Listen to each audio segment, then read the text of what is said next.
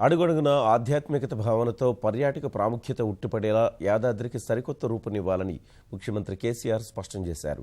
ఆలయ అభివృద్ధి పనుల పురోగతిపై ఉన్నత స్థాయి సమీక్ష నిర్వహించిన సీఎం ప్రతి అంశంలోనూ ప్రత్యేక శ్రద్ధతో ప్రణాళిక సిద్ధం చేయాలని, టెంపుల్ సిటీ మాస్టర్ ప్లాన్ రూపొందించాలని సూచించారు.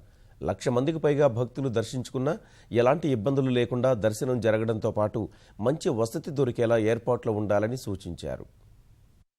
యాదగిరిగుట్ట దేవాలయ అభివృద్ధి పనులపై ప్రత్యేక దృష్టి సారించిన ముఖ్యమంత్రి కేసీఆర్ పనుల పురోగతిపై ఉన్నత స్థాయి సమీక్ష నిర్వహించారు. ప్రజాప్రతినిధులు, అధికారులతో పాటు శిల్పి, ఆలయ ప్రధాన అర్చకులతో సమావేశమైన సీఎం పనులకు సంబంధించి దిశానిర్దేశం చేశారు.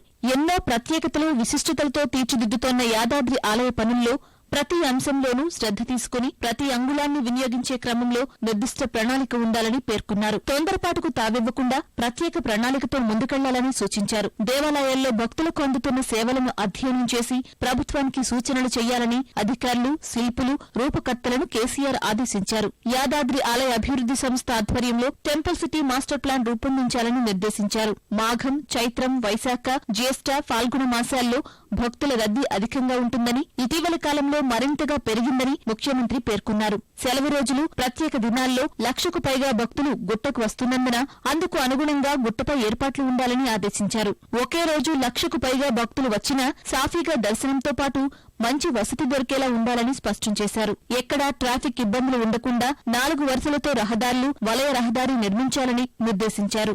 గుట్టపైకి వెళ్లే, కిందకు దిగే మార్గాలకు ఇరువైపులా సువాసనలు వెదజల్లే ఆకర్షణీయమైన చెట్లతో అందమైన ప్రకృతి దృశ్యం ఆవిష్కృతం కావాలని సూచించారు. ప్రధాన గుట్టకు అభిముఖంగా ఉండేలా గుట్టపై అన్ని సౌకర్యాలతో కాటేజీలు నిర్మించాలని, ఈశాన్యంలో ఉన్న 13 ఎకరాల గుట్టపై ప్రెసిడెంట్ సూట్ నిర్మించాలని సీఎం పేర్కొన్నారు. ప్రస్తుతం ఉన్న బస్టాండ్, బస్సు డిపోలను మరో చోటుకు తరలించాలని, పోలీస్, అగ్నిమాపక, వైద్య సేవలను మెరుగుపరచాలని స్పష్టం చేశారు. లక్ష్మీ నరసింహస్వామికి ఉన్న 32 అవతారాలు గుట్టపై ఉండాలని, ఏర్పాటు విధానానికి సంబంధించి ఆధ్యాత్మిక పెద్దల సలహాలకు అనుగుణంగా నిర్ణయం తీసుకోవాలని సూచించారు.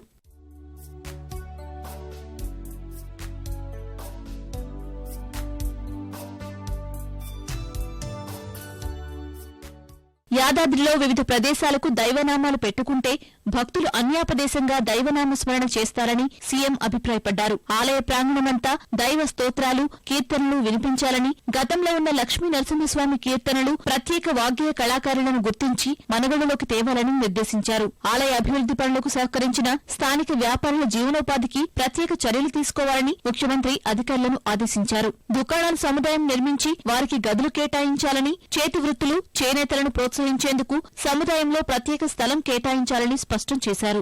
అర్చకులకు ఆలయ సమీపంలోనే నివాస సముదాయం నిర్మించాలని, మండల దీక్ష స్వీకరించి కొండపైన నిద్రించి స్వామివారికి సేవ చేసే భక్తులు కాలినడకన వచ్చేలా ప్రత్యేక వసతి ఏర్పాటు చేయాలని తెలిపారు. ఆలయ కార్యాలయ సముదాయం, అధికారుల నివాస సముదాయం నిర్మించాలని ఆదేశించారు.